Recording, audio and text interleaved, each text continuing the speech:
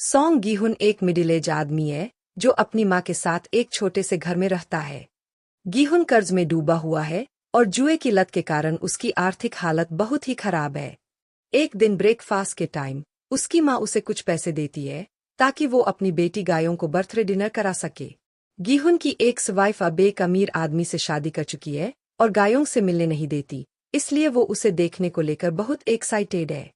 वो माँ से थोड़े और पैसे मांगता है ताकि गायों के लिए गिफ्ट भी खरीद सके। माँ पहले तो मना कर देती है, लेकिन फिर कुछ एक्स्ट्रा वॉन दे देती है। माँ के जाते ही गीहुन चालाकी से उसका क्रेडिट कार्ड चुराता है और अपने जुएबाज दोस्त के साथ जाकर पैसे निकालता है। दोनों फिर रेसकोर्स पर जाकर घोड़ों पर पैसे लगाते हैं, लेकिन किस्मत खराब होती है और हर बार हारते हैं। लगातार हारने के बाद भी वो पैसा उड़ाना बंद नहीं करते। आखिरकार गीहुन एक अच्छा अमाउंट जीतता है और बहुत खुश हो जाता है। वो पैसे देने वाली लेडी को टिप भी देता है और बाहर निकलकर जीत का जश्न मनाने लगता है। तभी उसे कुछ आदमी आते हुए दिखते हैं जो बहुत गुस्से में है। ये वही लोग हैं जिनसे गीहुन ने उधार लिया था। डर के मारे कि उसके ताजा जीते हुए पैसे न छीन लिए जाए, वो फिर से बिल्डिंग में भागता है और एक लड़की से टकरा जाता है। उधार वाले लोग उसे पकड़ लेते हैं और धमकी देते हैं कि अगर उसने पैसे वापस नहीं किए तो जान से मार देंगे। डरा हुआ गीहुन उन्हें जीत के पैसे देने की कोशिश करता है, लेकिन जेब खाली होती है। उसे समझ आता है कि जिससे वो टकराया था वो लड़की जेब कतरी थी और उसका पैसा ले गई। उधार वाले लोग उसकी बात नहीं मानते और उसे पीटना शुरू कर देते हैं। एक स्कैल्पल को उसकी नाक में घुसा देते हैं और गीहुन अपनी जान की भीख मांगता है। वो कहते हैं कि 1 महीने बाद लौटेंगे और चले जाते हैं। अब गीहुन के पास एक भी रुपया नहीं बचता। वो उस लेडी के पास वापस जाता है जिसे उसने टिप दी थी और पैसे मांगता है, लेकिन अब भी उसके पास बेटी के लिए गिफ्ट खरीदने को पैसे नहीं है। इसलिए वो एक क्लॉ मशीन से खिलौना निकालने की कोशिश करता है, लेकिन उसकी किस्मत यहाँ भी धोखा देती है और वो कोई टॉय नहीं निकाल पाता।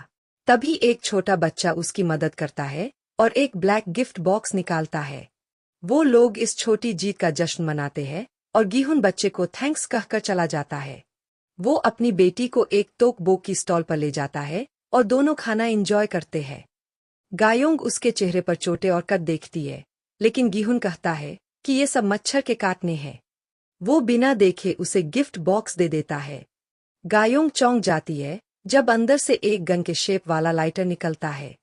गीहुन वो गिफ्ट वापस ले लेता है और वादा करता है कि अगले साल उससे अच्छा गिफ्ट लाएगा। आखिरकार वो बेटी को उसकी माँ के पास छोड़ देता है और अलविदा कहता है। अब गीहुन एक ट्रेन स्टेशन पर खड़ा होता है। तभी एक सभ्य और अच्छे कपड़े पहने आदमी उससे बात करता है। वो गीहुन को डडकजी गेम खेलने का ऑफर देता है, जिसमें कार्ड को दूसरे कार्ड से मारकर पलटना होता है। वो कहता है कि अगर गीहुन जीतता है तो उससे 1 लाख वॉन मिलेंगे, लेकिन अगर हार गया तो वो आदमी उसे थप्पड़ मारेगा। गीहुन के पास खोने को कुछ नहीं है तो वो मान जाता है। गेम के दौरान गीहुन बार बार हारता है और उस आदमी से कई थप्पड़ खाता है। उसके गालों पर सूजन आ जाती है, लेकिन फिर भी वो खेलता रहता है। आखिरकार एक राउंड में जीतता है और वॉन के साथ साथ वो आदमी उसे एक कार्ड देता है जिसमें नंबर होता है और कहता है अगर ऐसे और गेम खेलने हैं तो कॉल कर लेना। घर लौटते हुए गीहुन की मुलाकात अपने पुराने दोस्त सांगवू की माँ से होती है, जो कहती है कि उनका बेटा अमेरिका बिजनेस ट्रिप पर है। रात को गीहुन और उसकी माँ डिनर कर रहे होते हैं जब माँ बताती है कि गीहुन की एक्स वाइफ की फैमिली अमेरिका जा रही है। इसका मतलब है कि अब वो गायों को नहीं देख पाएगा। गीहुन शॉक हो जाता है, लेकिन कुछ कर नहीं सकता क्योंकि गायों की कस्टडी उसकी माँ के पास है। रात में हताशा में गीहुन उस कार्ड पर कॉल करता है और उससे एक नजदीकी लोकेशन पर बुलाया जाता है। एक वैन उसके सामने रुकती है और उसे अंदर बुलाया जाता है। जैसे ही वो अंदर जाता है, गैस फैलती है और वो बेहोश हो जाता है। जब उसे होश आता है, वो खुद को एक डॉर्म जैसी जगह पर पाता है जहाँ कई लोग और भी है। उसके कपड़े बदले हुए हैं और सारी चीजें गायब है। हर कोई उतना ही कंफ्यूज दिखता है जितना वो लोग कैमरे से मॉनिटर किए जा रहे होते हैं। गीहुन एक बूढ़े आदमी से मिलता है जिसके कपड़े पर 001 लिखा होता है, जबकि गीहुन के कपड़े पर 456 लिखा है। वो बूढ़ा आदमी कहता है कि उसे ब्रेन ट्यूमर है। तभी एक लड़ाई होती है।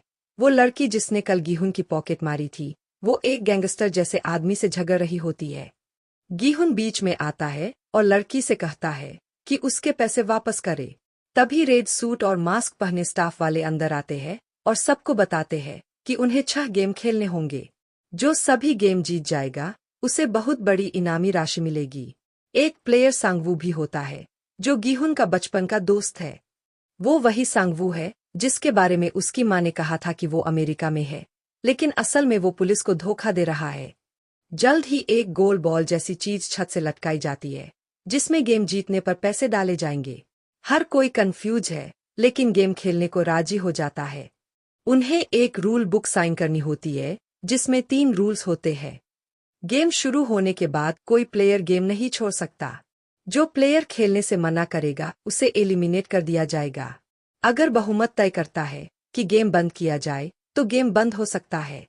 सब लोग साइन कर देते हैं और पहले गेम के लिए तैयार हो जाते हैं।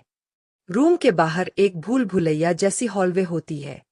कंटेस्टेंट्स की तस्वीरें ली जाती है और फिर उन्हें एक मैदान में ले जाया जाता है जहां एक साइड पर एक डरावनी गुड़िया की मूर्ति लगी होती है। गीहुन अपने पुराने दोस्त सांगवू से पूछता है कि उसने अपनी माँ से झूठ क्यों बोला। तभी एक अनाउंसमेंट होती है कि सबको सफेद लाइन के पीछे खड़ा होना है। फैसिलिटी के अंदर गेम का ओवरसियर किसी का कॉल रिसीव करता है। वो अपने मॉनिटर के सामने बैठता है और सभी को खेलते हुए देखता है। मैदान में कंटेस्टेंट्स को बताया जाता है कि पहला game red light green light है। उनके पास गेम पूरा करने के लिए 10 मिनट का समय है। जब गुड़िया रेड लाइट बोलेगी तब सबको रुकना होगा, और जब वो घूमकर ग्रीन लाइट बोलेगी तब ही आगे बढ़ सकते हैं। अगर कोई मूव करते हुए पकड़ा गया तो मूर्ति उस मूवमेंट को डिटेक्ट कर लेगी और प्लेयर एलिमिनेट हो जाएगा। गेम शुरू होता है और शुरुआत में सब नॉर्मली चलता है। फिर मूर्ति एक प्लेयर की मूवमेंट पकड़ लेती है और उसे तुरंत गोली मार दी जाती है। बाकी लोग समझ नहीं पाते कि क्या हुआ है, इसलिए अगला राउंड शुरू हो जाता है। लेकिन जल्दी ही सबको समझ आता है कि एलिमिनेट होने का मतलब है मारा जाना। पूरा मैदान अफरातफरी में बदल जाता है। लोग इधर-उधर भागते हैं और गोलियों से मारे जाते हैं। एंट्री गेट के पास डेड बॉडीज का ढेर लग जाता है और जगह एक खूनी मैदान में बदल जाती है। कुछ ही कंटेस्टेंट्स डर से जमे रहते हैं। अगले राउंड से सब लोग ज्यादा सावधानी से खेलने लगते हैं। गीहुन जमीन पर जमे हुए होता है, लेकिन सांगवू के कहने पर मूव करता है। वो एक बार गिरने वाला होता है, लेकिन उसके पीछे खड़ा एक आदमी अली उसे पकड़ लेता है। गेम जारी रहता है और धीरे धीरे कुछ लोग गेम पार कर लेते हैं, जिनमें गीहुन, सांगवू, पिकपॉकेट लड़की सेब्योक, बूढ़ा आदमी इलनाम, गैंगस्टर डियोक्सू और अली शामिल होते हैं। कैमरा जूम आउट करता है तो दिखता है कि वे सब एक आइलैंड पर है और फैसिलिटी जमीन के नीचे है। स्टाफ सारे डेड बॉडीज को साफ करते हैं और भट्टी में जला देते हैं। बचे हुए कंटेस्टेंट्स को फिर से उसी रूम में लाया जाता है। सब कुछ देखकर वो अंदर से हिल चुके होते हैं। गीहुन अली को उसकी जान बचाने के लिए धन्यवाद कहता है। तभी स्टाफ रूम में आता है और सबको पहले राउंड पूरा करने पर बधाई देता है। कंटेस्टेंट्स की संख्या 456 से घटकर 201 हो जाती है, यानी 255 लोगों की मौत हो चुकी है। एक लड़की घुटनों पर गिरकर स्टाफ से उन्हें छोड़ने की भीख मांगती है। बाकी लोग भी ऐसा ही करने लगते हैं। हर कोई कहने लगता है कि उन्हें जाने दिया जाए, लेकिन स्टाफ रूल नंबर 2 याद दिलाते हैं। जो प्लेयर खेलने से मना करेगा उसे मार दिया जाएगा। लेकिन सांगवू रूल नंबर 3 का हवाला देता है, अगर बहुमत चाहे तो गेम बंद हो सकता है। स्टाफ सहमत हो जाता है, लेकिन कहता है कि पहले उन्हें प्राइज मनी दिखाना चाहता है। वो जो गोल बॉल छत पर लटक रही थी, अब उसमें बंडल बंडल पैसे गिराए जाते हैं। स्टाफ कहता है कि जो जीतेगा उसे 45.6 बिलियन वॉन मिलेंगे, लेकिन अगर वो लोग गेम छोड़ते हैं तो मरे हुए लोगों के परिवारों को 100 मिलियन वॉन मिलेंगे, बाकियों को कुछ नहीं। इतनी भारी रकम देखकर सबका मन बदलने लगता है और कुछ लोग जो पहले गेम के खिलाफ थे अब उसके पक्ष में वोट करने लगते हैं। आखिरी वोट इलनाम का होता है।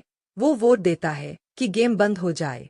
आखिरकार सभी को बिना नुकसान के घर जाने की इजाजत मिलती है। स्टाफ कहता है कि अगर बाद में बहुमत दोबारा गेम खेलना चाहेगा तो उन्हें कांटेक्ट किया जाएगा। अगले सीन में दिखाया जाता है कि गीहुन और सेब्योक को वैन से धक्का मारकर बाहर फेंका जाता है। उनके हाथ बंधे होते हैं। अली और सांगवू के साथ भी यही होता है। सब अपने अपने रास्तों पर चल पड़ते हैं। सांगवू अली को बस का किराया देने के लिए कुछ पैसे भी देता है। गीहुन सीधे पुलिस स्टेशन जाता है और उन्हें अपनी किडनैपिंग के बारे में बताता है। लेकिन पुलिस को ये बात समझ नहीं आती कि अगर उसे किडनैप किया गया था तो उसे वापस क्यों भेजा गया। एक पुलिस ऑफिसर जूनहो भी स्टेशन में होता है। गीहुन के हाथ में जो कार होता है वो जूनहो का ध्यान खींचता है। गीहुन घर लौटता है, लेकिन माँ घर पर नहीं होती। पता चलता है कि वो सीरियस डायबिटिक है और तेज दर्द के कारण हॉस्पिटल में एडमिट है। गीहुन हॉस्पिटल भागता है और देखता है कि माँ के पैर घावों से भरे हुए हैं। डॉक्टर्स कहते हैं कि सिर्फ सर्जरी ही उसे बचा सकती है, लेकिन उसके पास पैसे नहीं है। दूसरी तरफ पुलिस ऑफिसर जूनहो अपनी माँ से अपने भाई के बारे में बात करता है। उसका भाई कुछ दिनों से गायब है। जब वो अपने भाई के अपार्टमेंट जाता है तो वहां उसे वही कार्ड मिलता है जो गीहुन के पास था। वो अब गीहुन का पीछा करने का फैसला करता है। उधर पिकपॉकेट से ब्योक एक अनाथाश्रम में अपने छोटे भाई से मिलने जाती है। पता चलता है कि वो एक नॉर्थ कोरियन डिफेक्टर है और उसके पेरेंट्स अभी भी नॉर्थ कोरिया में फंसे हुए हैं। वो पैसा इकट्ठा करना चाहती है ताकि अपने भाई को बाहर निकाल सके और अपने पेरेंट्स को वापस ला सके। अली अपने वर्क प्लेस जाता है और अपने बॉस से मिलता है। वो पाकिस्तान से काम करने कोरिया आया था, लेकिन उसे 6 महीने से सैलरी नहीं मिली। उसका एक छोटा बेटा और बीवी है जिन्हें उसे पालना है। बॉस के सामने पैसों का बंडल पड़ा है, लेकिन वो पैसे देने से इनकार करता है। गुस्से में अली गलती से उसे मशीन पर धक्का देता है, जिससे उसके हाथ की उंगलियां कट जाती है। अली पैसे उठाकर भाग जाता है। घर जाकर वो बीवी को पैसे देता है और कहता है कि वो बेटे को लेकर पाकिस्तान भाग जाए। वो कहता है कि बाद में वापस आएगा और बीवी को गले लगाता है। उधर सांगवू अपनी माँ को कॉल करता है और झूठ बोलता है कि वो अमेरिका में है। उसकी माँ कहती है कि उसे कोई गिफ्ट न भेजे और फोन कट कर देती है। तभी कुछ पुलिस वाले उसकी माँ से मिलने आते हैं और बताते हैं कि सांगवू क्लाइंट्स का पैसा चुराकर भाग गया है। वो कहते हैं कि अगर वो सांगवू को देखें तो उन्हें रिपोर्ट करना होगा। महिला हैरान और शर्मिंदा हो जाती है। उसी समय सांगवू को दोबारा उस गेम फैसिलिटी से कार्ड मिलता है। गीहुन के पास माँ की बीमारी के इलाज का कोई रास्ता नहीं बचा है। वो एक्स वाइफ से मदद मांगता है, लेकिन वो मना कर देती है। बात करते करते उसका नया पति और बच्चे घर लौट आते हैं। गीहुन बाहर चला जाता है, लेकिन तभी उसका एक्स वाइफ का पति उसे रोकता है। वो गीहुन को पैसे देता है और कहता है कि वो कभी भी उनके परिवार के पास न आए। गुस्से में गीहुन उसे पीट देता है और कहता है कि वो उसकी बेटी को नहीं छीन सकता। तभी उसकी बेटी बाहर आती है और अपने पिता को अपने नए डैड को मारते हुए देखती है। वो गीहुन को मायूसी से देखती है। बाद में गीहुन थका हारा अपने घर लौटता है।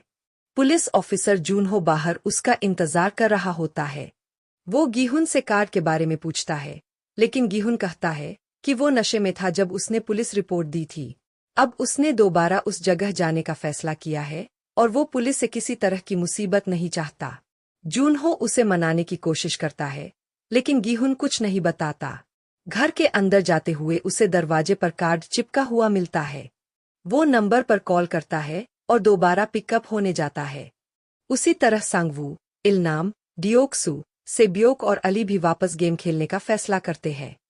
एपिसोड का अंत होता है जब सब लोग वैन में चढ़ते हैं और गैस से दोबारा बेहोश कर दिए जाते हैं।